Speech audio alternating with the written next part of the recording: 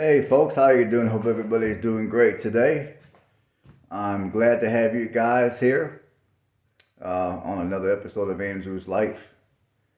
Now, I am here in Indiana, back at my house here in Indiana, and fortunately, I was able to sell this house. Unfortunately, I had to sell it at a bit of a loss, which I will explain later in this video. Or it might be on this video, it might be on a whole separate video. I haven't figured it out yet. But anyways, now if you want to tour the house, I already done that on a video I made. I want to say sometime back in October, I believe. But on this video, what I want to do is I want to just kind of go through this house and show you guys certain things that you're going to want to look out for when making a home purchase.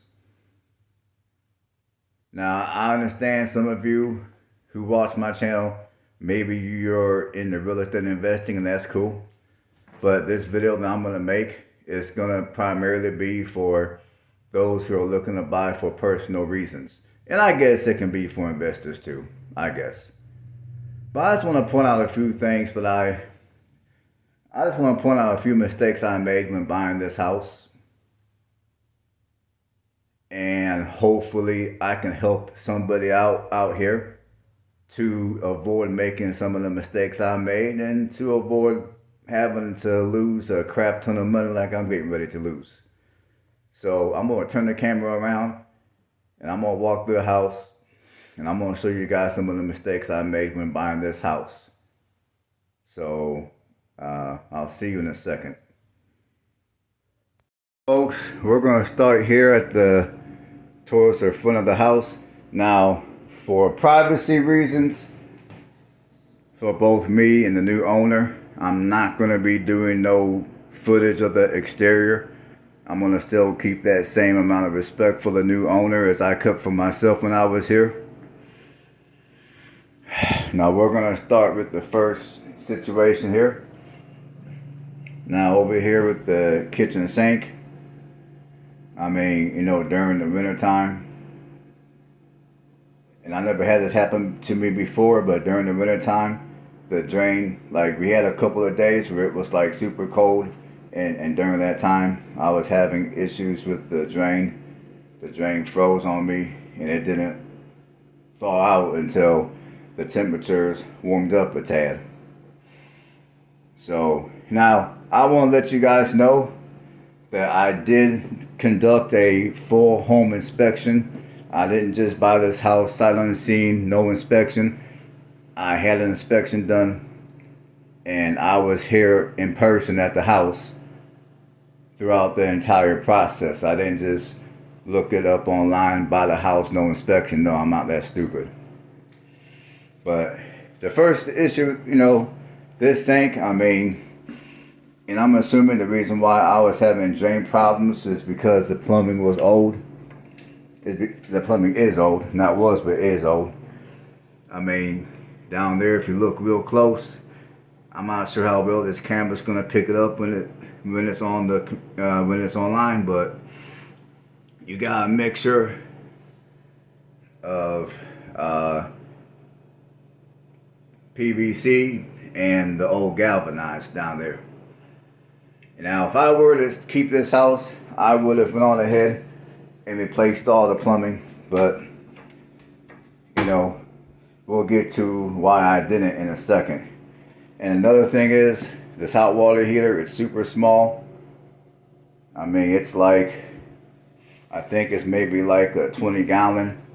So whenever I took showers, after about, I want to say 10 minutes, the water will start to get cold. Now, if I had to wash dishes and then I went to go take a shower, after about 5 minutes, the water will start getting cold. So if I were to stay here, I would have had to replace all the plumbing. And just so I can take, you know, longer, warmer showers, I would have had to replace this hot water heater too. And if you look at the floor is super dated. Now, if you know me, I could care two craps about outdated stuff. I don't care. My attitude is if it's functionable, I'm using it. I don't care. I'm not going to unnecessarily blow a bunch of money on stuff that I don't feel I need. But in this case, it would have ran me to replace to go through the house and replace all the linoleum. It would have ran me well over $1,000 for the kitchen, the wash area, as well as the bathroom. It would have ran me over $1,000 to replace all that. And that's with somebody coming in here and doing it. Now, could I have done it myself for cheaper? Of course. But with me working full time and trying to keep this YouTube channel up, I don't got time to be doing all that. I mean, quite frankly, I'd rather do other things with my time than to tinker with the house. I'm going to just keep it honest.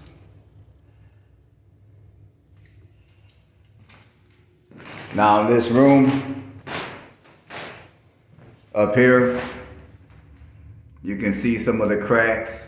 That's because there used to be a roof leak up above. Now, as soon as I closed on the house, it rained real bad and I saw the roof leaking. So I went on ahead and I repaired that leak. Now that leak repair ran me a little over $1,000. Now, initially when I bought this house, I lifted up the carpet and I saw hardwood floors. So my initial plan was to cut all the carpet out and install, and just keep it all hardwood. And then in time, just redo this just to make it look a little nicer. But the problem with that was when you come into this room, and then in the room after that, you got this crap. Now, obviously, I had no idea this was here until I ripped all the carpet out and I came across this unpleasant surprise.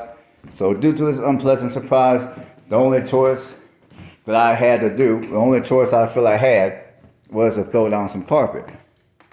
And I think that would have been the cheapest alternative in this type of a situation, which if I would have done carpet, again, to have somebody come out here and install the grade carpet that I desire, I would have been looking at around $3,000 to do carpet. And that would have been for my bedroom, this room. I guess you can say this is my living room. The bedroom and this bedroom over here.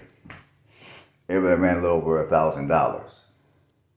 I mean, a little over $3,000. Now, if I would have done it myself, again, I could have done it for a lot cheaper. But again, I have no desire to work on houses. And quite frankly, with everything else I have going on, I don't got time.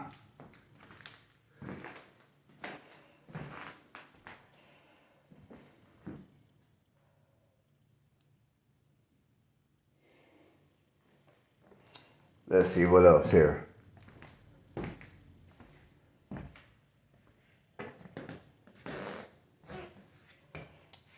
Now, and of course, you look at the walls. I mean, out here, I could have probably just done some drywall repair up there and then threw on a fresh coat of paint, most likely for this room and that bedroom in there. That would have most likely worked.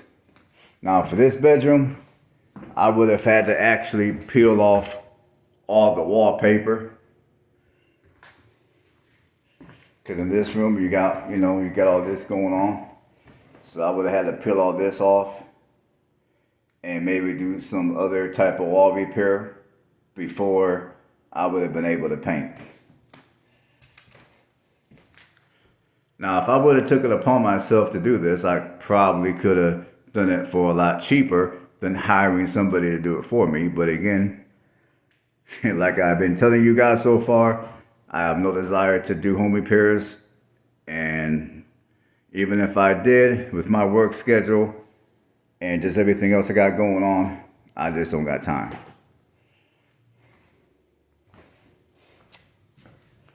Now, when it comes, here's another thing about this house. And this is one major thing that I don't like about this house. And this is one major thing that many people looking to buy a house are not going to like, which is one of the big reasons why I had to come down on my price. Now, if you look down there, you got the basement. Now the steps, I mean, you may not be able to tell on the camera here, but the steps are a bit steep. And from the ceiling to the steps, it's the clearance for somebody like myself who's 6 feet tall, the clearance is low. If you step back, the clearance from the very top to the floor, again, the clearance is low. In fact, if I walk this straight, the middle of my head would run right into the top of the door frame. So the clearance is low.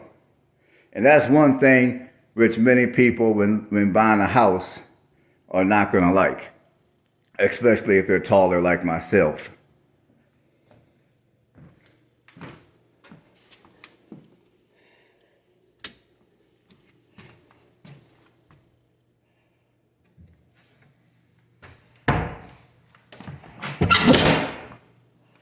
Now another thing here's another example.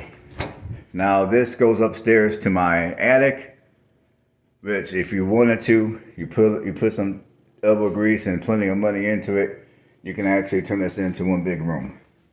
Now this is one thing which a lot of people did not like when looking at my house, which is why I had to come down on my price if I had a chance of getting it sold. Now, again, you may not notice it well on the cameras here, but the staircase, again, is very steep. The steps are small and the staircase is steep. So it's not the easiest thing in the world to get upstairs to the attic.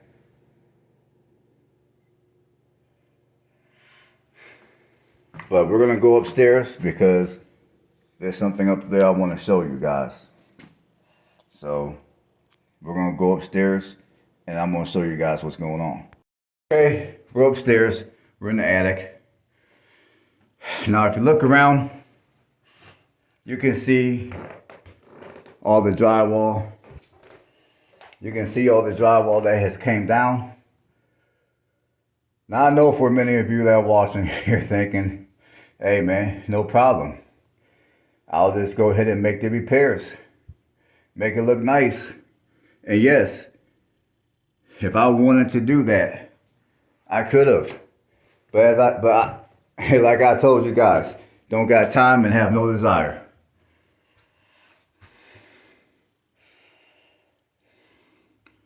So you look around, you look at all this drywall that needs to be repaired or replaced.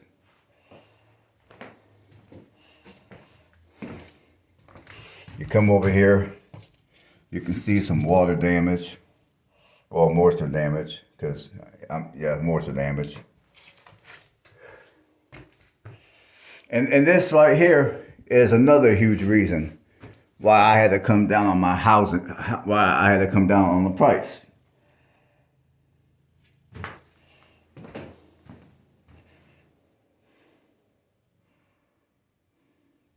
Now,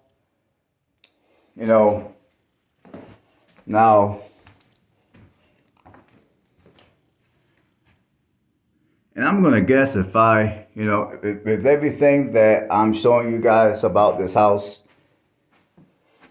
if I were to fix up everything, I probably would have been in a good, I'll just say $20,000. $20,000 to $25,000 is what I would have been looking at to get everything in this house up to snuff. $20,000 to $25,000. Which in itself, assuming that my figures are right, which, with inflation, it could be more. But assuming that my figures are right or close to being right, I'm gonna turn the camera back to myself for a minute. Yeah, assuming that the figures are right, and I could get everything up here, throughout the house fixed for, let's say, $25,000. In this day and age, a lot of people will be like, hey man, 25 grand, yeah man, that ain't too much money, I can handle that. But when you add the amount of money that I paid for the house, which I'm gonna get to that later, about how much I paid for the house compared to what it's actually worth, compared to what my buyer and me and my buyer has agreed upon in terms of a sale price. I'll get to that later. So by the time you factor all that in, hopefully it will come back around for you guys of why it was I decided to just take a loss on the sale of the house as opposed to keeping the house and making the repairs. Now, like I told you guys, just due to lifing, I was financially, it just didn't make sense for me to keep two houses. So I had to make a decision. Which house do I want? Where do I want to live the most? Like I told you guys, since I like the warmer climate in Alabama, and plus you get more bang for the buck down there when it comes to housing and all that type of good stuff, I decided to keep my house down there and to sell this one up here in Indiana. So with all that being, there's a whole bunch of reasons why I decided to sell this house as is and just take a loss, as opposed to fixing this house up and renting it out or doing any of that type of stuff. And I'll get to, I'll probably do another video of why. I'll probably do another video just sitting down and just sharing just the numbers aspect of my decision to sell this house. But I just wanted to give you guys a quick tour of the house, show you guys some of the issues that this house has got. Just show you guys some of the issues, just to help illustrate the reason why I decided to sell this house at a loss as opposed to making the repairs. And by the way, if I would have made the repairs, I would have lost even more money. But we'll get to that later. I'll catch you in a minute. I almost forgot to show you guys the floor here. Now, as you guys can see, although the floors up here are very solid, I still would have to do some floor work up here. And I'm guessing with this floor, this floor clearly underneath all this, you got hardwood. But honestly, in order to bring this flooring up to snuff, just, obviously I would, get rid of this carpet. I would have to do something with this tile right here.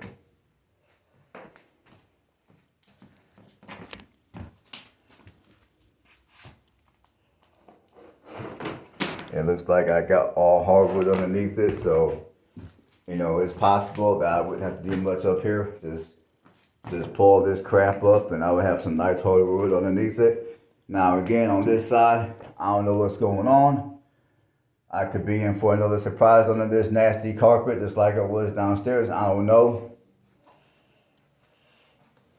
But if I got lucky, I could probably pull all this up and have nice hardwood floors. That's if I got lucky.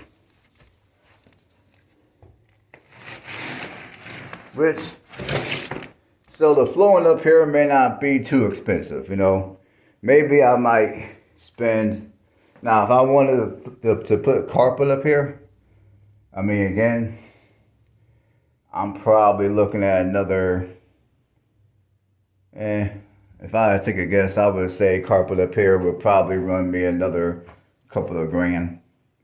Or I can leave the floors bare with the hardwood, and then I'll have to slap some varnish on the hardwood just to make it look nice up here. But either which way, it would take time and a crap load of money. So, all right, folks. I think that's going to do it for the